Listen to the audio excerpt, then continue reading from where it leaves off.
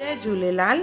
अॼु असां ठाहींदासीं मेथीअ वारी पूरी, पर कुछ टिप्स और ट्रिक्स सां, जीअं इहा फुली फुली त ठहे पर उन सां गॾु इहा तेल बि घटि खणे। अचो त शुरू था कयूं, पर उन खां पहिरियों अगरि तव्हांखे मुंहिंजो वीडियो पसंदि अचे थो त उनखे लाइक कयो, शेयर कयो और सब्सक्राइब कयो, और मुंहिंजे नई अचण वारी वीडियोस ॾिसण लाइ बेल आइकॉन खे ज़रूरु क्लिक कजो। मेथी खणंदासीं, उन सां गॾु खणंदासीं असां साओ मसालो। 1 कप साओ मसालो खणणो आहे ऐं 2 कप मेथी। इन्हनि खे मिक्सी जार में खणंदासीं और पीसींदासीं। पीसण में गॾु विझंदासीं असां थूम,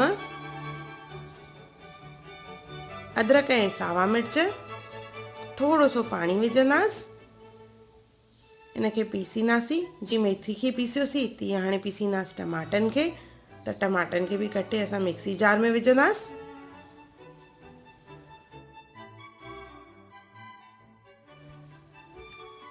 ये टमाटे जी पेस्ट और ये मेथी ऐं साए मसाले जी पेस्ट भी तैयार थी वई। हाणे खणंदासीं हिकु बासण, उन में विझंदासीं अटो। अटे सां गॾु विझणो आहे असांखे बेसण। 2 चमचा बेसण विझंदासीं। उन सां गॾु लूणु, मेथीअ वारी पेस्ट और उन सां गॾु विझंदासीं टमाटे जी पेस्ट। इनखे मिक्स करे इन जो अटो ॻोहिणो आहे। ज़रूरत पए त ॿिए पाणी जो इस्तेमालु कयो, न त इन में ई असांखे अटो ॻोहिणो आहे। और वधीक नरम थी वञे त थोरो सो सुको अटो मिलाइजो। इन में थोरो सो तेल हणी इनखे लसो कंदासीं।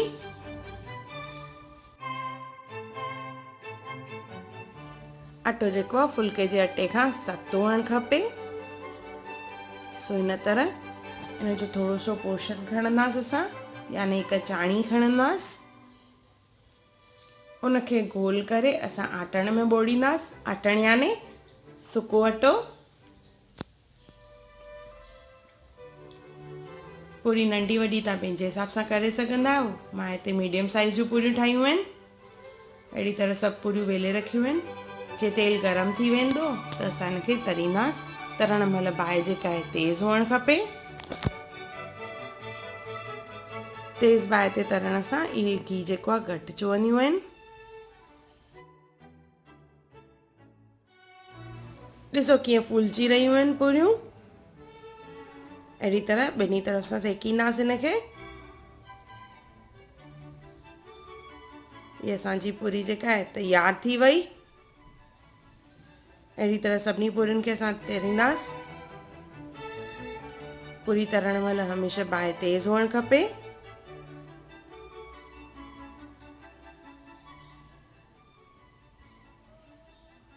ये मां मीडियम साइज़ जूं पूरियूं ठाहियूं आहिनि, पर ॿारनि खे केॾीमहिल कीअं अलॻि अलॻि शेप जूं पूरियूं वणंदियूं आहिनि, त असां इन्हनि मां नंढियूं गोल पूरियूं बि ठाहे सघंदा आहियूं।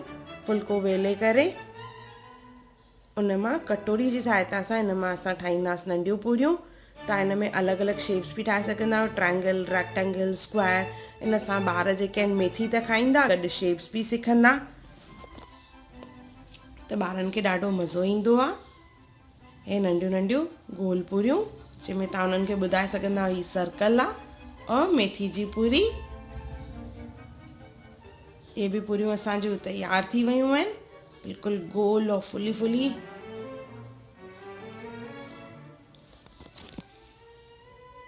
मेथीअ वारियूं पूरियूं हिकु दफ़ो ज़रूरु ठाहिजो और मूंखे कमेंट सेक्शन में ज़रूरु ॿुधाइजो त तव्हांखे मुंहिंजो वीडियो कीअं लॻो। और अगर मुझे चैनल तव्हां सब्सक्राइब न कयो हुजे त उनखे ज़रूरु सब्सक्राइब कजो। और मुंहिंजो वीडियो ॾिसण लाइ धन्यवाद। जय झूलेलाल।